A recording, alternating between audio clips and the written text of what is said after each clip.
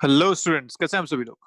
मेरा नाम है जयदीप आमेटा और आज हम बात करने वाले हैं कोलिजन। तो लास्ट वीडियो में हमने कुछ बेसिक बातें कोलिजन की कर ली थी। इलास्टिक कोलिजन क्या होता है, इनलास्टिक क्या होता है, head on collision, one dimension, two dimension, ये सारी बातें हमने बेसिक बेसिक डेफिनेशंस पढ़ ली थी। ठीक है। कोएफिशिएंट ऑफ रेस्टिट्यूशन हमने बोला था velocity of separation by velocity of approach. ये रेशियो जो है वो कोएफिशिएंट ऑफ रेस्टिट्यूशन कहलाता है। Perfectly elastic collision E equal to 0, perfectly elastic collision E equal to 1 और बाकी कोलिजन्स के लिए E 0 से 1 के बीच कुछ भी हो सकता है। ये सारी बातें हमने लास्ट वीडियो में करी थी। तो जल्दी से एक क्वेश्चन आपको पूछा गया, उसका आंसर बताइए। एक ऑब्जेक्ट है मास m का, वो ग्राउंड पे आके टकराता है, उसको h हाइट से नीचे ड्रॉप किया गया। ठीक है, h हाइट था, ड्रॉप किया गया, मतलब इनिशियल स्पीड इसकी 0 है। तो वो यहाँ आके टकराएगा तो उसके पास एक स्पीड होगी v, ये हम सब जानते हैं। अब बोला गया कि ये जो कोलिजन हुआ, इस कोलिजन के लिए जो कोएफिशिएंट ऑफ रेस्टिट्यूशन है वो E दे रखा है। ई गिवन है, कोई वैल्यू नहीं गिवन है, जस्ट एक जनरल फॉर्म में आपको ई दे रखा है। ठीक है। आपसे पूछा गया कि बताइए find the height it will go back after collision. Collide करने के बाद ये फिर से कितना ऊपर उठ पाएगा, ये आपसे पूछा गया। भाई कोलिजन होगा, कोलिजन के बाद ये रिबाउंड होगा, रिबाउंड के बाद ये फिर से यहाँ से उठेगा, let's say with speed v1। तो अब ये कितनी हाइट पे जा पाएगा, ये आपसे पूछा गया। ठीक है। तो let's say this height is h1 जो आपसे पूछी जा रही है। क्लियर। h1 बेसिकली आपको कैलकुलेट करना है, कोलिजन के बाद ये कितनी हाइट ऊपर गया। अब सोचो अगर इलास्टिक कोलिजन होता तो क्या होता, जितनी हाइट से इसको ड्रॉप किया गया था उतनी हाइट तक वापस चला जाता, क्योंकि वहां तो कोई एनर्जी लॉस होता नहीं था। तो जो पहले mgh एनर्जी थी, फाइनली वही mgh एनर्जी फिर से मिलती, h दोनों के लिए बराबर होता दोनों कंडीशन में। पर क्योंकि यहाँ पे ये पार्शियली इलास्टिक कोलिजन है, E की आपको वैल्यू दे रखी है, तो हम कह सकते हैं कि यहाँ कुछ तो एनर्जी लॉस हुआ होगा। अगर ऐसा है तो this h1 must be less than h, और वो हमें वैल्यू निकालनी है कि कितना होगा। क्लियर है। तो करते हैं कोलिजन। बिफोर कोलिजन अगर देखो तो बिफोर कोलिजन ये सिचुएशन है, ये ऑब्जेक्ट यहाँ पे है, एक स्पीड v के साथ ये नीचे आ रहा है, और ये v कितनी होती है आप लोगों को पता है ना, इसको मैं h मानता हूँ, पहले वाली हाइट। तो ये v कितनी होती है, व्हाट इज दिस v, जब h हाइट से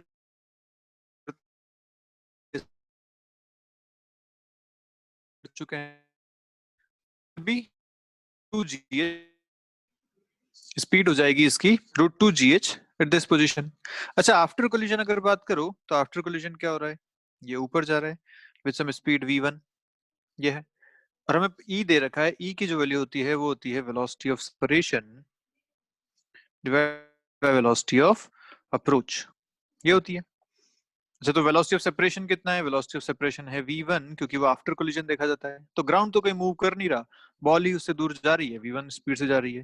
वेलोसिटी ऑफ अप्रोच, कितनी स्पीड से बॉल ग्राउंड की तरफ आई, √2gh स्पीड से आई। तो यहाँ से आपको मिला कि v1 कितना आएगा, तो ध्यान से देखें तो ये आपको मिलेगा e टाइम्स √2gh। क्लियर है बात, ये एक अनदर इंपॉर्टेंट रिलेशन है। ध्यान रखिएगा कि जब ग्राउंड से कोई बॉल आके टकराती है और कोएफिशिएंट ऑफ रेस्टिट्यूशन e है, तो जो उसकी नई स्पीड हो जाएगी वो e टाइम्स इनिशियल स्पीड हो जाएगी। This is nothing but e times initial speed, e times √2gh। तो ये भी एक इंपॉर्टेंट आपके पास रिलेशन है, कई बार क्वेश्चन में डायरेक्ट यूज किया जा सकता है। चलिए v1 मिल गया, अब अपने को h1 निकालना है। तो हमें पता है कि भैया किसी ऑब्जेक्ट को जब हम v1 स्पीड से ऊपर फेंकते हैं तो वो जब ऊपर पहुंचेगा किसी हाइट h1 पे, तो उसकी स्पीड हो चुकी होगी 0, फाइनल स्पीड 0 होगी। तो आराम से निकाला जा सकता है, कैसे, v² इक्वल टू u²+2s से final speed 0, initial speed v1 square minus 2gh1, minus क्यों लगाया, क्योंकि g नीचे की तरफ लग रहा है। यहाँ से आपको h1 मिलेगा, देखिए कितना, v1 स्क्वायर बाई 2g। यहाँ से अगर देखें v1 स्क्वायर तो कितना आ रहा है, e स्क्वायर इंटू 2gh, ये हो गया v1 square by 2g, 2g से 2g cancel, e square times h। ये भी एक another important relation, e square times h, कि जो नई हाइट वो अचीव करेगा वो e square times initial height achieve करेगा। क्लियर है। अब सोचो अगर यहाँ परफेक्टली इलास्टिक कोलिजन होता तो E1 रखते, E1 रखते ही तो H1 इक्वल टू H आ जाता। वही अपन पहले भी बात कर रहे थे कि अगर परफेक्टली इलास्टिक कोलिजन होता तो जितनी हाइट को गिराया गया था फिर से उतनी हाइट पे वो पहुंच जाता। पर E की कोई और वैल्यू है 0 से 1 के बीच में तो कम हाइट अचीव करेगा, ये भी यहाँ से दिख रहा है। और अगर E की वैल्यू 0 होती, परफेक्टली इन इलास्टिक कोलिजन होता, तो क्या ये H1 0 आ जाता? यस, चिपक जाता, वहां पे ग्राउंड पे ही चिपक जाता, रिबाउंड करता ही नहीं। और ये तो परफेक्टली इलास्टिक कोलिजन की डेफिनेशन है। क्लियर है सारी बातें आपको? तो इस तरीके से आप ये क्वेश्चन करेंगे। क्वेश्चन पूछा जाता है ऐसा, समझ में आ गया कैसे करना है? पहले कोलिजन वाली स्पीड निकालनी है भाई। u0 आपकी स्पीड नहीं है बिफोर कोलिजन, ड्रॉप करने वाली स्पीड नहीं है। बिफोर कोलिजन मतलब टकराने से जस्ट पहले, और आफ्टर कोलिजन टकराने के जस्ट बाद। ये आपको चीजें देखनी होती है। तो टकराया तब उसकी स्पीड थी √2gh, टकराने के जस्ट बाद स्पीड v1। इसको लेके हमें सॉल्व करना है। ठीक है बात यहां तक? चलिए आगे बढ़ते हैं, बात करते हैं इलास्टिक वन डी कोलिजन, इस बारे में। ठीक है, इलास्टिक 1D कोलिजन। तो दो बातें हो गई, एक तो इलास्टिक कोलिजन है, दूसरा वन डायमेंशनल कोलिजन है। तो इसका अगर डायग्राम बनाए तो भाई एक मास है, स्पीड u1 से चल रहा है, दूसरा मास स्पीड u2 से चल रहा है। आफ्टर कोलिजन अगर बात करें तो ये v1 से चल रहा है और ये v2 से चल रहा है। मासेस लिख लीजिए m1 m2 m1 m2। अब क्योंकि इलास्टिक कोलिजन है तो पहली बात, किसी भी कोलिजन के लिए मोमेंटम कंजर्वेशन तो किया जा सकता है। तो मैं लिखता हूं बाय कंजर्विंग मोमेंटम या बाय कंजर्वेशन ऑफ मोमेंटम। तो इनिशियल क्या लिखूंगा, m1u1 plus m2u2 equal to m1v1 plus m2v2। और मैंने फिर से यहाँ वेक्टर साइन लगाए हैं क्योंकि अपन जनरली एक फॉर्मूला डिराइव करना चाह रहे हैं जनरल फॉर्म में। u1 u2 v1 v2 की अगर डायरेक्शन चेंज होती है तो वो नेगेटिव साइन के साथ लिखे जाएंगे, ये बात हम पहले कर चुके हैं। चलिए, तो एक इक्वेशन तो आपको मिल गई यहाँ से कंजर्वेशन ऑफ मोमेंटम से। दूसरी इक्वेशन कहाँ से मिलेगी? दूसरी हम, क्योंकि कोलिजन है, क्या इलास्टिक कोलिजन में एनर्जी कंजर्व रहती है? यस। कौन सी? टोटल एनर्जी कंजर्व रहती है, पोटेंशियल तो सेम ही रहती है, तो मतलब काइनेटिक भी कंजर्व रहेगी। तो लिख सकते हैं by conservation of kinetic energy. Kinetic energy का कंजर्वेशन अगर करें तो इनिशियल है half m1u1 square plus half m2u2 square equal to half m1v1 square plus half m2u2 square. Clear है? अब आपके पास दो इक्वेशन यहाँ से आ गए, इसमें सब जगह से अगर मैं हाफ हटा दूं, m1 को अगर इधर कॉमन लूं तो यहाँ से आपको मिलेगा u1 square minus v1 square, इधर मिलेगा m2u2 square, sorry v2 square minus u2 square, ये आपको यहाँ से मिलेगा।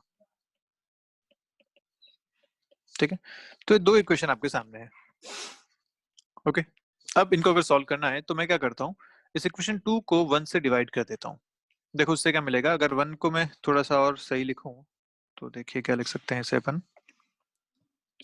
अगर मैं इसे फिर से लिखना चाहूं तो मैं लिखूंगा m1 u1 minus v1 equal to m2 v2 minus u2। इसे ऐसा लिखा जा सकता है। इस इक्वेशन को मैं इस इक्वेशन से डिवाइड करता हूं तो देखिए u1 square minus v1 square, a square minus b square का फॉर्मूला बन रहा है, a plus B a minus B बनेगा। तो यहाँ a माइनस बी ऊपर बच रहा है तो ये चीजें कैंसिल हो जाएंगी। यहाँ से आपके पास जब फाइनल आंसर आएगा बाय डिवाइडिंग 2 बाय 1 तो आपको मिलेगा u1 plus v1 equal to u2 plus v2। ये आपके पास फाइनल बनेगा। अगर मैं इसको फिर से लिखना चाहूँ तो लिख सकता हूँ u1 minus u2 equal to v2 minus v1। और ये कुछ देखा देखा सा लग रहा है। क्या यही आपने बोला था this is nothing but velocity of approach, और क्या यही था वेलोसिटी ऑफ सेपरेशन? यस। तो क्या यहाँ से आपको ये भी बात प्रूव हो गई कि अगर एक इलास्टिक कोलिजन है तो उसके लिए velocity of approach equal to velocity of separation, मतलब E इक्वल टू 1 यहाँ पे बिल्कुल वैलिड है, कोई दिक्कत वाली बात नहीं है। क्लियर है? पक्की बात।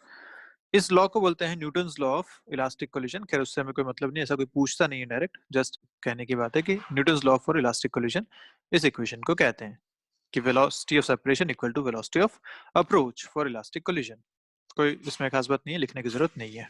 ओके, आगे बढ़ते हैं। अब अपने को v1 और v2 की इंडिविजुअल वैल्यूज चाहिए। क्या चाहिए? v1 v2 की इंडिविजुअल वैल्यूज। तो ये जो इक्वेशन आई आपके पास, ये दिस इज इक्वेशन 3, इस इक्वेशन को मैं m2 से मल्टीप्लाई करता हूं और उसके बाद इसको इक्वेशन नंबर 1 से सब्ट्रैक्ट कर देता हूं। क्या क्या मैंने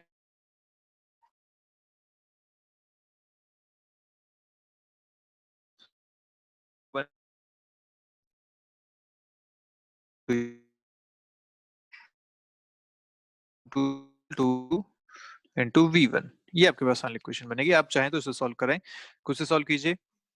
ये इक्वेशन बनी, यहां से मुझे निकालना है v1 की वैल्यू, तो मैं v1 को क्या लिख सकता हूं, देखिए v1 will be equal to m1 minus m2 divided by m1 plus m2 into u1 plus 2m2 divided by m1 plus m2 into u2. This is the equation for velocity 1 v1। और ऐसे ही अगर मैं equation 3 को m1 से divide करूं और उसके बाद उसको 1 से माइनस कर दूं, सब्ट्रैक्ट कर दूं, तो मुझे v2 वाली इक्वेशन मिलेगी। और वो इक्वेशन मिलेगी कुछ ऐसी, 2m1 u1 plus m2 minus m1 into u2 equal to m1 plus m2 into v2। अब यहाँ से मैं v2 की इक्वेशन लिख सकता हूँ आराम से, वो आ जाएगी 2m1 by m1 plus m2 into u1 plus m2 minus m1 divided by m1 plus m2 into u2। ये आपके पास सारी इक्वेशंस यहाँ से बन रही हैं। ओके, अब अगर मैंने आपको पहले ही बोला था कि ये जो इक्वेशंस हैं ये सारी वेलोसिटी जो है वेक्टर फॉर्म में लिखी जानी चाहिए, तो आप इन सब पे वेक्टर साइन भी लगा सकते हैं, क्योंकि अगर आपको क्वेश्चन में इनकी डायरेक्शंस उल्टी दे रखी हैं तो आपको माइनस साइन के साथ इनको यूज करना पड़ेगा। तो हमने जो माना था वो डायग्राम भी आपको साथ में याद रखना पड़ेगा। हमारा डायग्राम कैसा है, देखें, दोनों मासेस सेम डायरेक्शन में मूव कर रहे हैं, कोलिजन के बाद भी वो उसी डायरेक्शन में दोनों मूव कर रहे हैं, ये हमारा डायग्राम है। अगर आपसे क्वेश्चन में m1 m2 दोनों एक दूसरे की तरफ चलते हुए बता दिए तो वेलोसिटी अपोजिट करनी पड़ेगी, माइनस साइन आपको वहां पे यूज करना पड़ेगा फाइनल एक्सप्रेशन में। ऐसे ही आफ्टर कोलिजन अगर दोनों एक दूसरे से दूर चल रहे हैं, अपोजिट चल रहे हैं, तब भी एक माइनस साइन आपको वहां पे यूज करना पड़ेगा। तो ध्यान रखिएगा, इस डायग्राम के हिसाब से हमने ये एक्सप्रेशंस डिराइव किए हैं।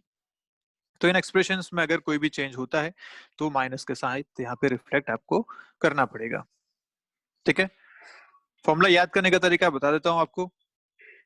v1 निकालना है और v2 निकालना है। देखिए सब में m1 m2 m1 plus m2 m1 plus m2 m1 plus m2 common है, सब जगह आपने लिख दिया एज इट इज। ठीक है, v1 तो u1 और u2 कोई खास बात नहीं है, ऐसा भी लिखा जा सकता है।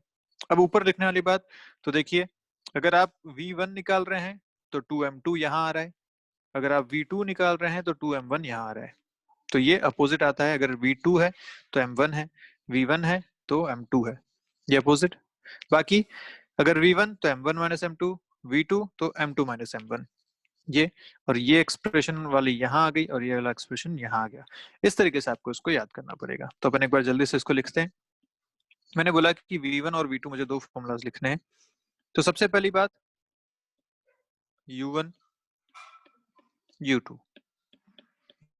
1 u2, सबसे पहला ये करना है। सब में डिवाइड करना है आपको m1 plus m2 m1 plus m2 m1 plus m2 और m1 प्लस m2, सब में डिवाइड कर दिया। अब v1 निकालना है तो m1 माइनस m2 यहाँ आएगा, जो बचा उस पे 2m2 आएगा, v1 था तो m2 आया। ठीक है, इधर 2m1 पहले आएगा क्योंकि v2 है तो m1 और क्रॉस में करना था हमें, और यहाँ पे क्योंकि v2 निकाल रहे हो तो m2 माइनस m1 आएगा, 2 में से 1 सब्ट्रैक्ट करोगे, ऊपर v1 निकाला था तो 1 में से 2 सब्ट्रैक्ट किया था। क्लियर है, 2-3 बार आप इसको खुद से लिखने की कोशिश करो, आपको ये याद हो जाएगा फॉर्मूला। और फॉर्मूला इंपॉर्टेंट है, क्या है कि कैलकुलेशन बहुत सारी बच जाएगी, वरना हर क्वेश्चन में आपको फिर से कैलकुलेट करना पड़ेंगे जिस तरीके से हमने अभी ये डिराइव किए वैसे, तो काफी टाइम उसमें चला जाता है। क्लियर है, तो आप अगर फॉर्मूला याद रखते हैं तो बड़ी आसानी से आप क्वेश्चन को सॉल्व कर सकते हैं। ठीक बात है, चलिए अब आगे बढ़ते हैं, बात करते हैं इनसे रिलेटेड कुछ खास खास बातों की। तो पहली बात तो ये इनके स्पेशल केसेस की, जो ये वन डायमेंशनल इलास्टिक कोलिजन देखा, इसके स्पेशल केसेस देखते हैं। अब स्पेशल केसेस क्या क्या हो सकते हैं। पहला अगर मैं बात करूं कि जो दोनों मासेस हैं वो इक्वल है, मासेस आर इक्वल, तो ध्यान से देखो, अगर m1 equal to m2 equal to m, मैं लिख देता हूँ यहाँ पे सब जगह, तो क्या हो गया, ये m1 माइनस m2 वाली जितने भी टर्म्स हैं वो जीरो हो गई, भाई ये वाली टर्म जीरो हो जाएगी, ये वाली टर्म भी जीरो हो जाएगी, तो बचेगा क्या, इधर से ये और इस तरफ से ये, और इसमें भी ध्यान से देखो तो m1 इक्वल टू m2 है, तो ये हो जाएगा 2m2, 2m2 कैंसिल, बचा खाली u2, ऐसे यहाँ हो जाएगा 2m1 ये भी कैंसिल, बचा खाली u1। तो yes, this is very important, यहाँ से हम बात समझ पा रहे हैं कि अगर दोनों मासेस इक्वल हैं तो आपके पास जो फाइनल एक्सप्रेशन आएगा वो आएगा v1 equal to u2 and v2 equal to u1। इसका मतलब जो वेलोसिटीज हैं वो इंटरचेंज हो चुकी हैं, देखिए वेलोसिटीज आर इंटरचेंज्ड, जो 1 की वेलोसिटी थी u1 वो अब 2 को मिल गई है v2 के केस में, यहाँ पे देख पा रहे हैं, और जो 2 की वेलोसिटी थी u2 वो अब 1 को मिल चुकी है v1, तो वेलोसिटीज जो है वो इंटरचेंज हो चुकी हैं। बहुत इंपॉर्टेंट बात है कि अगर दो मासेस इक्वल हैं, इलास्टिक वन डायमेंशनल कोलिजन है, तो दोनों की वेलोसिटीज इंटरचेंज हो जाएगी आफ्टर कोलिजन। ठीक है, तो आप बात लिख लीजिए जल्दी कि when two bodies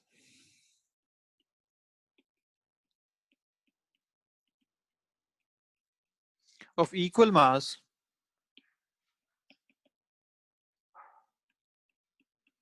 collide head on 1D, वही बात है, on elastically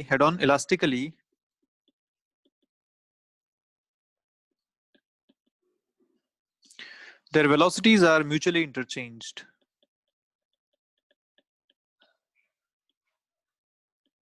their velocities are mutually interchanged, ये आप एक्सप्रेशन आराम से लिख सकते हैं यहाँ पे। ठीक है, अब सोचो अगर इनमें से एक बॉडी रेस्ट पे होती तो क्या हो जाता, क्या अगर मान लीजिए एक रेस्ट पे, ये रेस्ट पे है, m2 है और ये m1 है, ये इस स्पीड u1 से आ रहा है, तो फाइनली आफ्टर कोलिजन क्या होता, m1 इक्वल टू m2 है, ये भी दे रखा है, चलिए m1 और m2 दोनों बराबर हैं, इलास्टिक कोलिजन है, हेड ऑन है, m1 इक्वल टू m2 है, तो वेलोसिटी इंटरचेंज होनी चाहिए, इंटरचेंज यहाँ कैसे होगी, तो जो रुका हुआ है वो अब चल पड़ेगा और जो चल क्या रहा है वो रुक जाएगा, इसको बोलेंगे इंटरचेंज, तो अब ये आ जाएगा रेस्ट पे और जिससे टकराया वो चल पड़ेगा with the same speed u1, इस तरीके से। क्लियर है बात, तो ये भी एक इंपॉर्टेंट बात है कि if a body collides head on elastically with another body of same mass at rest, the moving body stops and the body at rest starts moving with the same velocity। इसी का application है, इस बार आपने u2 को zero बोल दिया तो v1 zero हो जाएगा। ठीक है, तो इसी को मैं फिर से लिख सकता हूं, if a body collides head on elastically with another body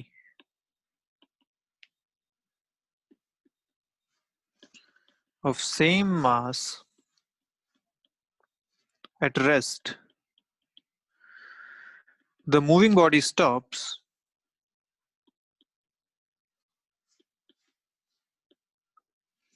and body at rest starts moving with same velocity।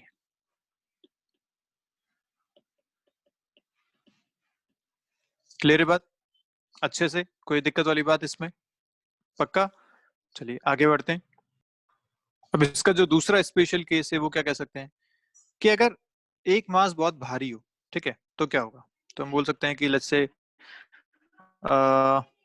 इसको बोलता हूँ सेकंड केस हम बात कर रहे हैं, ये m1 है, u1 स्पीड से चल रहा है, ये m2 है, ये u2 स्पीड से चल रहा है, आफ्टर कोलिजन अगर ये v1 हो जाता है और ये v2 हो जाता है, जो हमारा बेसिक हिसाब था वही मैंने बनाया डायग्राम यहाँ पे।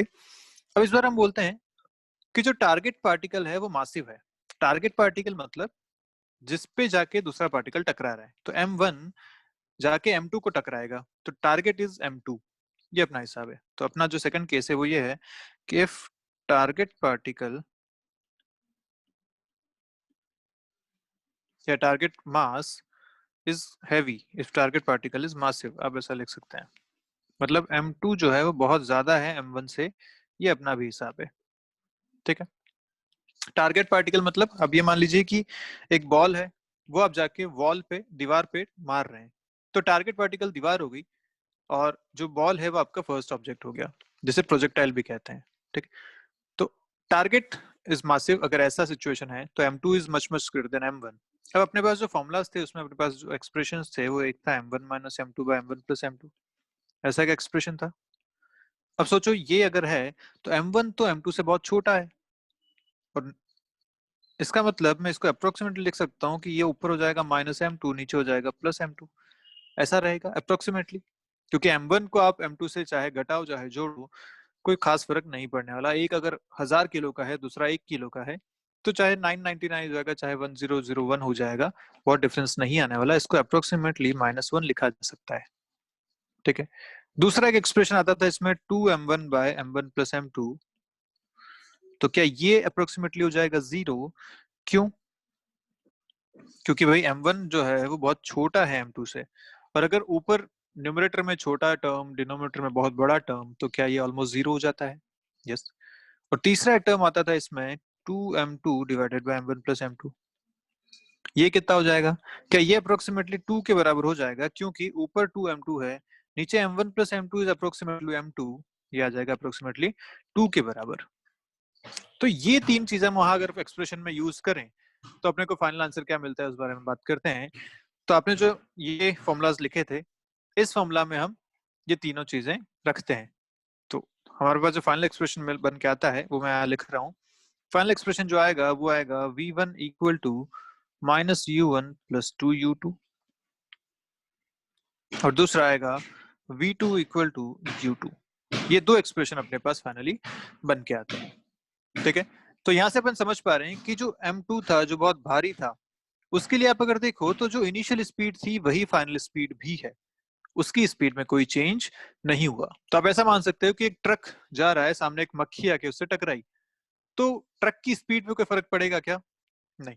वही बात यहाँ पे है कि ट्रक की वेलोसिटी पे कोई फर्क नहीं पड़ रहा, जो मासिव ऑब्जेक्ट है उसकी वेलोसिटी पे कोई फर्क नहीं पड़ा, वो उसी वेलोसिटी से चलता रहेगा। जबकि जो मक्खी थी उसकी वेलोसिटी कुछ ऐसी हो जाएगी 2u2 माइनस u1। और ऑब्वियसली कहने की बात नहीं है कि ये सारी चीजें जो है वो वेक्टर फॉर्म के साथ चल रही हैं। ठीक है बात। अब सोचो कि अगर ये जो मासिव ऑब्जेक्ट है वो रेस्ट पे है, जैसे दीवार, अगर ये रेस्ट पे है, if m2 is eight rest, तो क्या u2 0 हो जाएगा? यस। इसका मतलब v2 भी 0 हो जाएगा, मतलब दीवार रेस्ट पे है, कोई छोटा पार्टिकल जाके टकरा भी रहा है तब भी वो रेस्ट पे ही रहने वाली है, कोई दिक्कत नहीं है। पर v1 कितना हो जाएगा? देखो v1 हो जाएगा माइनस u1 के बराबर। क्या ये बात क्लियर है? माइनस u1 मतलब हम समझ पा रहे हैं कि भाई हाँ, जब आपने दीवार पे इस बॉल को मारा तो बॉल की जो वेलोसिटी शुरू में थी अब उसकी अपोजिट वेलोसिटी हो जाएगी, क्योंकि यहाँ माइनस का साइन अपने पास है। क्लियर है बात?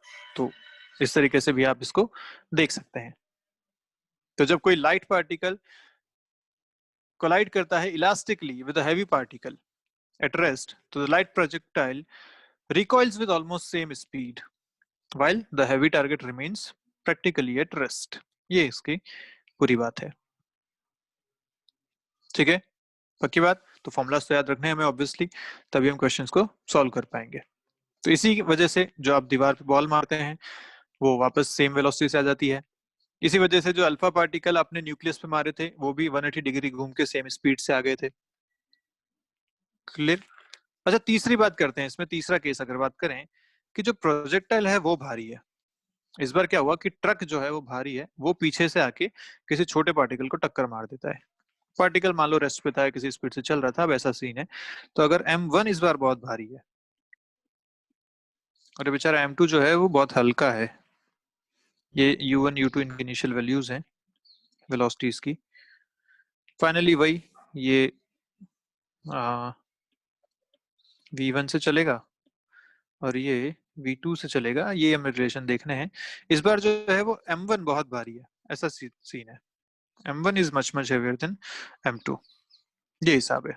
जो पीछे से पार्टिकल टक्कर मारने आ रहा है वो बहुत भारी है, तो क्या होगा? तो मैं लिख सकते हैं फिर से दो तीन एक्सप्रेशन अपने पास हैं। एक है m1 minus m2 divide by m1 plus m2, क्या ये अप्रोक्सीमेटली 1 के बराबर हो जाएगा? यस। एक एक्सप्रेशन आता है 2m2 bye m1 plus m2, क्या ये अप्रोक्सीमेटली 0 हो जाएगा क्योंकि m2 बहुत छोटा है? और तीसरा एक्सप्रेशन आता है 2m1 by m1 plus m2, क्या ये अप्रोक्सीमेटली 2 के बराबर हो जाएगा? यस, तो सारी बातें वैसी है। अगर मैं इनको फिर से उस फॉर्मूला में रखता हूं तो मेरे पास जो एक्सप्रेशन बन के आता है वो आता है v1 इक्वल टू u1 के बराबर, और दूसरा एक्सप्रेशन आता है v2 equal to 2u1 minus u2 के बराबर। क्लियर है? तो फिर से वैसे ही सारी चीजें हैं। अब अगर ये छोटा पार्टिकल इनिशियली एट रेस्ट है, if m2 is at rest initially, तो हम बोल सकते हैं कि u2 जो था वो 0 था। अगर ऐसा है तो v1 पे तो कोई फर्क नहीं पड़ना, वो जितनी स्पीड से चल रहा है वो चलता ही रहेगा। v2 जो है अब वो हो जाएगा 2u1 के बराबर। मतलब अब अगर एक, मान लीजिए एक गेंद रखी हुई, एक बॉल है छोटी सी, वो रोड पे रखी हुई है, एक ट्रक आया और उसको टक्कर मार दी, तो ट्रक की टक्कर से वो बॉल जो है अब कितनी स्पीड से जाएगी? Twice of the velocity of truck, इस स्पीड से वो आगे बढ़ जाएगी। ये यहाँ पे सारी बातें दे रखी हैं। तो चीजें आपको ध्यान रहनी चाहिए। अगर आपको फॉर्मूला याद है तो आप ये सारे एक्सप्रेशन यहाँ से डिराइव भी कर सकते हैं m1 और m2 के रिलेशन से। स्टेटमेंट जो इसके बारे में बोल सकते हैं वो ये है कि when a heavy particle collides head on elastically with a light target at rest, भारी ऑब्जेक्ट जाके हल्के से टकराया, the motion of heavy object is almost unaffected, कोई फर्क नहीं पड़ता, while light body fly away at a speed twice that of heavier speed। ठीक है, जो हल्के वाले की स्पीड होगी वो ट्वाइस ऑफ दी हेवियर की स्पीड से होगी। क्लियर है बात? पक्का? अच्छा, इस पे एक क्वेश्चन और जो बनता है वो भी देख लेते हैं। एक क्वेश्चन इस पे बनता है कि काइनेटिक एनर्जी ट्रांसफर्ड, कितनी काइनेटिक एनर्जी ये ट्रांसफर करता है दूसरे पार्टिकल को, फ्रॉम प्रोजेक्टाइल टू टारगेट, ऐसा बोल देते हैं। प्रोजेक्टाइल जो आके टक्कर मारेगा, टारगेट जिसको टक्कर लगेगी, ऐसा हिसाब है। तो भाई अपने को पता है कि ये u1 से चलता है, ये u2 से चलता है, फाइनली ये v1 से चलता है, ये v2 से चलता है। तो अपने को पता है भैया कि जितनी काइनेटिक एनर्जी, क्योंकि अपन इलास्टिक कोलिजन की बात कर रहे हैं, जब इलास्टिक कोलिजन है तो टोटल काइनेटिक एनर्जी तो सेम रहने वाली है, कांस्टेंट रहने वाली है। तो भाई जितनी एनर्जी वन की चेंज हुई होगी उतनी तो दूसरे को दी होगी इसने, क्योंकि टोटल एनर्जी तो कांस्टेंट है। जब टोटल एनर्जी कांस्टेंट है तो मैं बोल सकता हूँ ना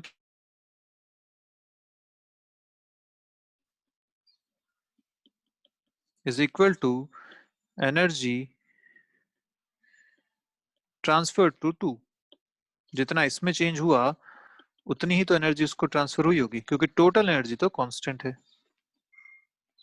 बस, तो जो टोटल एनर्जी अगर energy transfer to two delta की बोला जाए तो इसे बोला जाएगा half m1 v1 square minus u1 square. ये इसकी काइनेटिक एनर्जी में चेंज हुआ है, इतनी एनर्जी इसने दूसरे को दी होगी। ठीक है, और ये तो हम इस एक्सप्रेशन से भी निकाल सकते हैं। अगर आप काइनेटिक एनर्जी सेम कर लो, कांस्टेंट कर लो, ठीक है, तो क्या लिखोगे? m2 u2 square equal to half m1 v1 square plus half m2 v2 square, ऐसा आप लिखोगे इसमें। अगर मैं इनको एक तरफ लेके आता हूँ तो मैं लिखूंगा half m1 v1 square minus u1 square equal to half m2 v2 square minus u2 square. ये लिखा जाएगा, पक्की बात।